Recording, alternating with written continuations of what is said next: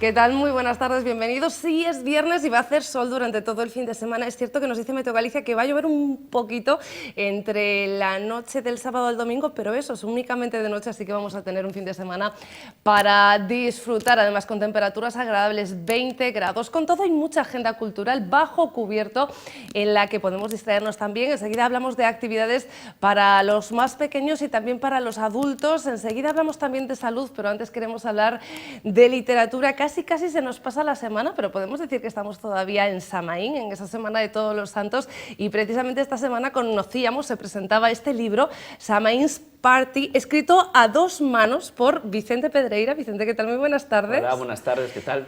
Y Diego Cabrera. Diego, ¿qué tal? Muy buenas tardes. Muy buenas tardes, encantado de estar aquí con vosotros. Hace un par de semanas, sí, 2 semanas aproximadamente, estaban como nosotros dos mujeres viguesas, Elena e Iria, presentando un libro que en realidad era la reedición de su primer libro, porque ellas llegan escribiendo juntas, a dos manos, desde hace un montón de años, y ojo, que venden muchísimo y traducen un montón. Y una de mis primeras preguntas, que os traslado a vosotros también, era ¿cómo se hace esto de escribir a dos manos? ¿Cómo repartís la historia y el texto? Bueno, el texto empezó pues, por un guión que tenía yo de cortometraje de la Escuela de Cine de Vigo, que fue mi proyecto final, y aparte de eso, del guión de cortometraje, mi amigo Diego, filólogo, pues charlando un día en la playa de Nigrán, pues me propuso pues eso, hacer el proceso de transformar un cortometraje a una novela, ¿no?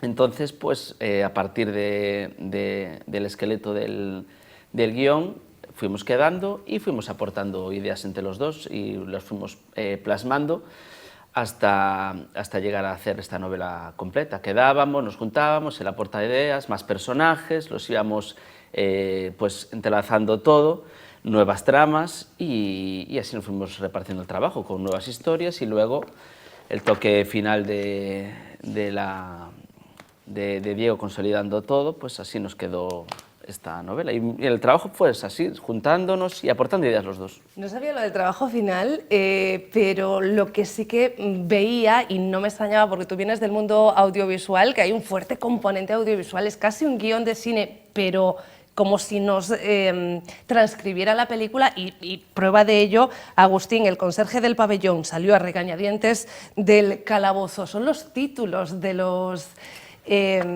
capítulos. Diego, entiendo que eso había que preservarlo, ¿no? Tú que eres el filólogo del grupo. A ver, lo que más nos costó es, de ese guión que hizo Vicente, transformarlo en novela, y claro, ahí había que añadir muchas palabras y muchos personajes, y que los personajes pudieran explayarse con convicción para que el lector le gustara lo que estaba representado en esa obra. Una obra que parte, y no vamos a hacer spoilers porque se trata de una obra de intriga, es cierto, donde hay un asesino, y eso lo sabemos desde el comienzo porque ya en el primer capítulo me matáis gente. Sí. Sí, ya la novela, ya el prólogo ya empieza dando el punto de partida, que es un asesinato, y ahí es donde empieza, es la semana antes de la fiesta de Samaín, y ahí empieza todo como a cobrar todo un sentido, ¿no? Entonces, a partir de ese primer asesinato, empieza como los personajes a presentarse poco a poco y a sufrir, bueno, el típico arco de transformación que lleva desde el principio de la novela hasta el final. Entonces se va presentando una evolución de personajes que van todos confluyendo en la historia. Pues tenemos personajes pues, de diferentes clases, están los inspectores, los del instituto, y todos están persiguiendo un mismo objetivo, ¿no? Hay un asesinato, y aquí no hemos llegado, pero creo que también lo podemos contar, y hay una leyenda, un demonio, de alguna manera, que entra en el cuerpo de una persona, de un pueblo en particular, durante la noche de Samaín o durante los días de Samaín y se dedica a asesinar gente. A partir de ahí tenemos que averiguar si esta leyenda es verdad o no. ¿De dónde la habéis sacado? Esa leyenda la inventó Vicente. Vale, podemos estar tranquilos, ¿no? Sí, o sea, sí, la sí. leyenda no es verdad, por No lo es verdad, menos. no es verdad. La inventó ¿Sí? Vicente. No, la inventó Vicente. Mira, Diego es el cuerdo del equipo. Sí, sí. No, tranquilos, no es verdad. Es una leyenda que es una invención, como todo lo que ocurre en el libro. El libro está ubicado en Vilapontes, un pueblo completamente ficticio, aunque se mencionan ciudades como Vigo, por ejemplo. Y claro, la leyenda es un poco a raíz de un tema quijotesco, ¿no? En el que una persona lee un determinado texto, se cree ese texto, que es la leyenda, y se convierte en un asesino. Y no puedo decir ya mucho más. No digas sino- más, ¿eh? Yo ya me estaba mordiendo mi lengua pensando en que te tendrías que morder tú Sí, la sí, tuya.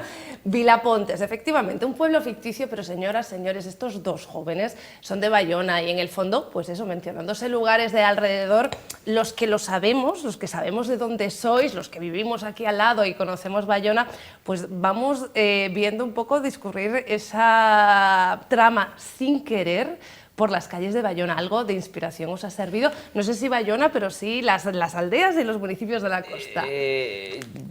Yo creo que básicamente cuando estábamos, de hecho, fue una de las cosas que hicimos al principio, Diego y yo, que es hacer el pueblo Vilapontes, ¿no? Entonces nos inspiramos en cualquier, creo que pueblo costero de Galicia, cogimos todos los clichés, por así decirlo. Elementos comunes, sí. Sí, y bueno, fuimos creando pues un pueblo a partir de la nada, ¿no? Pero siempre ubicado dentro de, sabemos dónde estamos, que es Galicia, y ser coherentes con lo que estamos escribiendo, ¿no? O sea, el sitio y la ubicación exacta. Entonces, pues...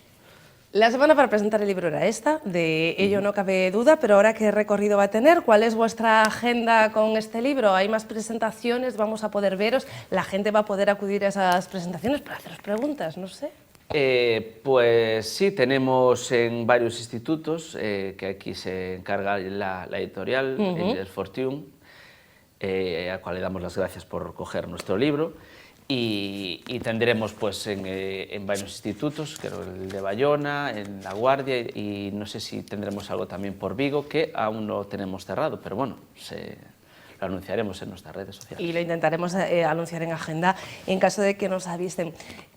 Yo hago algo con los libros de las personas a las que voy a entrevistar, que lo hago siempre porque me da la impresión de que muestra mucho de la personalidad del autor y de cuál fue su proceso de escritura. Me gusta leer las dedicatorias y también los agradecimientos. La mayoría de vuestros agradecimientos mencionáis a la editorial también, pero me ha gustado la dedicatoria porque se ve que en este libro hay un proceso de consenso total y absoluto entre los dos autores. Leo, dedicamos esta novela al lector y a nuestros seres más queridos. Consenso absoluto, ¿no? Entiendo que hasta en la identidad del asesino ahí no hubo broncas ni hubo dudas. No. Es que... Ahí cuadramos los dos en esa dedicatoria, quisimos hacerla así y... Sí, es que... Sin embargo, en otras cosas nos costó más aceptar lo de cada uno. Claro, es que es lo que recalcamos antes con tu primera pregunta, que llegar a un acuerdo entre los dos era un poco, pues eso, complicado, que partimos de la base de lo que era, porque realmente lo que es esta novela es un poco una sátira de las películas americanas de Halloween, de los slashers americanos. Quise, cuando hice el guión original, quise parodiar eso, ¿no? Entonces, pues mantener esa constancia, ¿no? Que no se fuera de una idea, que se nos fuese a otra, pues fue el trabajo que tuvimos. Es decir, tenemos esta idea y no vamos a salir de esta idea porque si no ya no tiene coherencia, ¿no? Por así decirlo. Entonces yo creo que se mantuvo bien y yo creo que hicimos un equipo perfecto. Un trabajo maravilloso en conjunto. Yo no sé, ahora, la última pregunta, a futuro, ¿cuáles son vuestros próximos proyectos, juntos o por separado? Daniel. Bueno, yo tengo una novela ya casi acabada. ¡Anda! Sí, que Isabel Montes, nuestra editora de Angels Fortuner, la aceptó y la vamos a trabajar. Y también en el futuro, más adelante, poco más adelante, tenemos la segunda parte de Samaín. Estoy empezando a hacer, estoy empezando a hacer las primeras ideas y hacer ya el esquema de una posible segunda parte, que luego la trabajaré con Diego y claro que lo tendré él en la segunda parte. Entonces aún estoy ya empezando a cavilar cosas. Centrado no en eso, decir, pero bueno. Centrado en eso, ¿también tenemos algún proyecto audiovisual o musical que podamos anunciar? Voy a sacar dentro de poco un tema también nuevo de música urbana, también otro de electrónica. Tengo la grabación de los próximos videoclips también, apoyado con mi socio Diego de la productora de Bayona, que también se llama Samaín Productions. y otro videoclip de otro grupo y así trabajo, sí. Bueno, es que no paran. Diego, a ti te vemos en nada para presentar ese libro, ya vendréis los dos de nuevo para hablar de la segunda parte. Vicente Pedreira, gracias. ¿A vosotros? Diego Cabrera, gracias. Muchas gracias. Ustedes ya lo saben, Samaín's Party, otro libro que recomendamos en plató abierto y recomendamos también algunas citas de cara a este fin de semana. En la Sala Ártica, por ejemplo, tenemos Perdón, del dúo argentino, que narra un reencuentro de dos amigos de la infancia que se transforman en una disputa permanente entre sus egos. Hoy, mañana y pasado a las 8 de la tarde. En el Sinatra hoy, Ari Magritte, no sé qué pasó, y que presenta MJ. Es una canción muy especial para el artista que perdió a su madre hace un año durante la gira de presentación de su último disco, de Oráculo. Lo hará. Presentará esta canción en un concierto con banda y acompañada de invitados y de grandes amigos. Además, mañana en el Sinatra, los Biggest Visions of Johanna presentan los temas de su recién estrenado primer disco. Contarán con la colaboración del guitarrista Óscar Novoa, de Los Marcianos, de David Mr. D. Vázquez y de los Moon Cresta, y también de Rubén Suárez, de los Family Folk. Y para los peques, también un libro, en Libros para Soñar, en realidad cuenta cuentos de diferentes libros de miedo. Así van a celebrar ellos en el Samaín esta tarde a las 6. Además, tenemos La magia de Jorge Blast en el Teatro Fundación de Vigo, mañana a las 5:30. Y recuerden esto, la gala solidaria de la Asociación Antiasueiro esta tarde a las 7:30 en el Santa Irene, con las actuaciones de Uxía, Sergio Tanús y el mago Óscar Fernández. Y ya, de la cara a la próxima semana, porque además empieza el martes y no nos dará tiempo a anunciarlo, la Semana del Cine Submarino. El primer español en visitar uno de los lugares más profundos del planeta estará en la Semana de Cine Submarino de la Universidad de Vigo.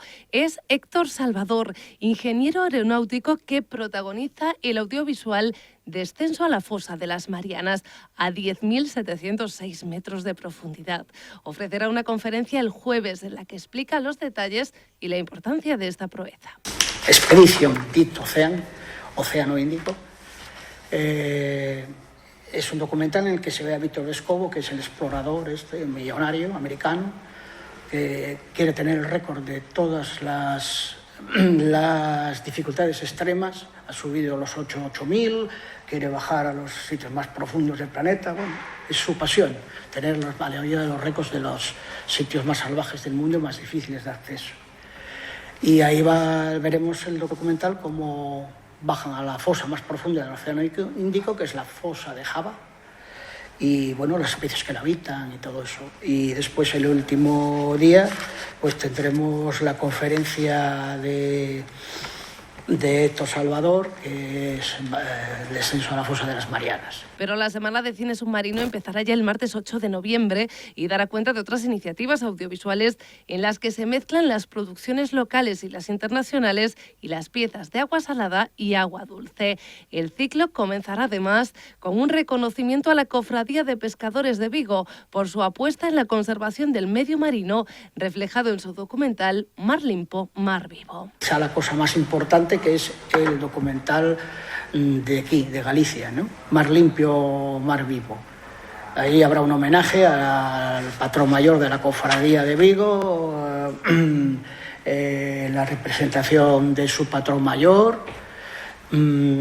y veremos ese documental que bueno, trata sobre la recuperación de los residuos marinos, no solo para facilitar el desarrollo del marisqueo, sino para también evitar la contaminación, la calidad de las aguas y sobre todo fomentar la biodiversidad, incluso en las especies comerciales. Toda la información de la semana está disponible en su web, cinesubmarinodevigo.gal. Continuamos y vamos a hablar del cuidado dental de los más pequeños, ahora les explico, pero primero vamos a presentar a nuestra siguiente invitada, Purificación González. Purificación, muy buenas tardes. Buenas tardes, ¿cómo estás, María? Purificación es odontopediatra y recientemente en Lisboa, en un congreso internacional, ha presentado un estudio que ha costado muchos años de elaboración, pero que nos va a permitir que en poco tiempo podamos cuidar la salud bucodental de los más pequeños de la casa. Purificación. Sí, así es. ¿Qué hacemos mal? Lo primero, porque sabemos, visto el aumento de casos de caries que hay en los más pequeños, sabemos que hay algo que los padres y por extensión los niños y las niñas estamos haciendo mal. Mira, yo creo que realmente todo el problema se basa en que las técnicas que utilizamos actualmente para el cepillado dental de niños son técnicas que han sido diseñadas por periodoncistas. Por lo tanto, están dirigidas a los adultos, a curar o a evitar la enfermedad periodontal. Así que le estamos enseñando a los niños una técnica diseñada para adultos y para enfermedad periodontal más que para caries. El tiempo de cepillado generalmente va entre 2, 3 hasta 5 minutos, cuando el niño tiene una capacidad de concentración de 1 minuto, minuto y medio. Y por otro lado, le enseñamos cómo cepillarse, nos los llevan al consultorio a los niños para enseñarles y en una sesión tratamos de que él entienda cómo va a ser 240 movimientos, que es más o menos la media de lo que tiene una técnica de cepillado, y de ahí para arriba. Para él, 240 movimientos, 2, 3, 4 minutos, es muy difícil que se lo aprenda. Entonces, durante mi ejercicio profesional, traté de resolver ese problema con mis pacientes. Y yo dije, bueno, si para mí la parte más importante, y desde el punto de vista científico y ya con estadísticas, el 85% de las caries empieza en la zona de molares, en la zona posterior, que es la que menos se cepillan, la que más trabajo cuesta cepillarse, y pues voy a hacer al revés, que mis pacientes se cepillen eso. Y me enfocaba en que ellos se cepillaran únicamente la parte posterior. Las 4 zonas, que es la superior derecha, superior izquierda, inferior derecha. En 1 minuto se los enseñaba y después se los iba revisando. Y me daba cuenta que cuando le enseñas poco al niño, se lo aprende, porque es poco. Y cuando lleva una secuencia lógica, la ejecutan de esa manera. Entonces, fueron muchos años de ir observando, ir viendo. Ellos me iban dando pautas. Esas pautas yo las iba aplicando en otros niños.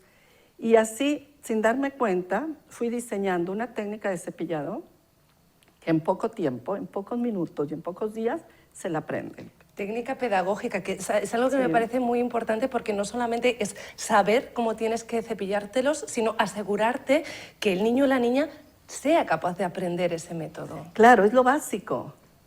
Ese es el punto básico, que me di cuenta que realmente teníamos que aplicar la pedagogía que se usa en la educación escolar y aplicarla para que se aprenda la técnica de cepillado. Si un niño aprende a escribir y aprende a leer, que es más difícil, es más fácil que aprenda a cepillarse. Pero hay que hacerlo con las técnicas pedagógicas que usan en los colegios. Yo, para poder llegar a esto, tengo muchos años estudiando y dejándome guiar por pedagogos, por profesores o maestros de educación infantil y preescolar, oyendo lo que ellos hacen, y realmente ese es el punto. Tú misma en consulta además has podido comprobar estos resultados que precisamente son la conglomeración de ese informe que presentabas en Lisboa. Claro, durante todos estos años hice varios trabajos de campo en escuelas con más de 300 niños para poder validar que realmente lo que me funcionaba en el colegio, en el consultorio, funcionaba también fuera del consultorio y con otros interlocutores. O sea, no era yo la que les enseñaba a cepillarse, eran unos bachilleres que estaban estudiando odontología y veíamos con asombro que realmente los resultados fueron sorprendentes. Entonces me di cuenta que todo el éxito está en la forma como le enseñas la técnica. Bueno, no podemos enseñar en un minuto cómo enseñar a un niño o a una niña la técnica, pero seguramente que ya tenemos a muchos espectadores expectantes por saber cómo deben cepillarse. De pronto, no tanto la técnica en sí, sino el resumen de cómo los niños, por dónde deben empezar, dónde deben prestar especial atención. Pues mira, eso, la técnica yo la divido en 3 partes, ¿vale? La fase 1, la 2, la 3. ¿Por qué? Porque hasta que no dominan una fase, no entramos en la otra. Y yo le diría a los padres y representantes que empiecen a cepillarse las caras oclusales, que es la zona donde masticamos. Que se enfoquen en eso. Y que siempre lo hagan con la misma secuencia. O sea, empiezan por el lado superior derecho, el niño cepilla en forma circular 5 veces esa muelita, después las otras del otro lado, superior izquierdo, bajan al inferior izquierdo, inferior derecho. Son 4 zonas o áreas que se van a cepillar y cuando el niño ya lo domine y lo haga perfecto, entonces después seguir con las partes del frente, que ellos ya lo hacen muy fácilmente. Sí. Pero ya tenemos realmente limpias y protegidas de la placa bacteriana, del biofilm, las zonas donde está el 85% de las caries, la zona posterior. Entonces, ese sería mi mensaje que yo le mandaría a todos los padres y representantes y a mis colegas. Bueno, por lo pronto, esta técnica se ha presentado en este congreso, la estás presentando en diversos lugares, pero es que además se está patentando un cepillo inteligente, un cepillo instructor para ayudar a los peques a llevarla a cabo. Claro, es bien importante poder masificar la información, ¿vale? Entonces, para poder llevarle a cada niño y enseñarle esta técnica, pues con los expertos que me están apoyando en esto, hemos pensado en fabricar un cepillo eléctrico que de alguna manera dé las instrucciones para que el niño las siga. Y es muy sencillo, en lugar de estar la voz del odontólogo o del higienista o la voz del padre o de la madre diciéndole lo que va a hacer, se lo va a decir el mismo cepillo. Entonces, en este momento estamos digamos, diseñando el plan de negocios para poderlo presentar a lo que serían las empresas desarrolladoras. ¿Cuándo crees que se podría hacer realidad? Espero que muy pronto. No tengo la fecha porque esto es de ir poco a poco y haciéndolo bien, pero espero y tengo fe en que sea muy pronto. Yo le decía a Purificación antes de comenzar la entrevista que en realidad esto no era una entrevista, eran 2, porque estamos deseando ver ese cepillo que nace además en Vigo y poder decir que desde aquí, con innovación y desarrollo, se ha producido pues, un cepillo que va a facilitar mucho la vida, la salud bucodental de los niños, pero que va a facilitar la vida de las madres y de los padres, porque además esas órdenes en el cepillo van a permitir que, bueno, no se excedan, pero sobre todo que no limiten el tiempo, que sabemos que nuestros niños son niños con muchos quehaceres y muchas prisas, y a veces lo de encerrarse en el baño y mirarse solos a un espejo les cuesta, pero bueno, para esto también hay que enseñarlos, ¿no? A tener paciencia. Sí, a tener paciencia, y cuando ellos entienden lo que están haciendo, no les cuesta. Y como esta técnica es un procedimiento estandarizado cerrado, que el niño toma decisiones, al repetirlo de la misma forma, lo hace automáticamente. Como cuando nosotros manejamos. Exacto. Tú manejas y ya no te das cuenta de lo que haces. Pues nuestra finalidad es llegar a que el niño se cepille sin pensar en lo que está haciendo. Simplemente que lo haga. Purificación González, odontopediatra, muchísimas gracias por esta primera entrevista, deseando la segunda. Gracias, María. Y a ustedes nada, gracias por estar aquí. Disfruten del fin de semana. Nos vemos la próxima aquí en Plato Abierto. Un beso.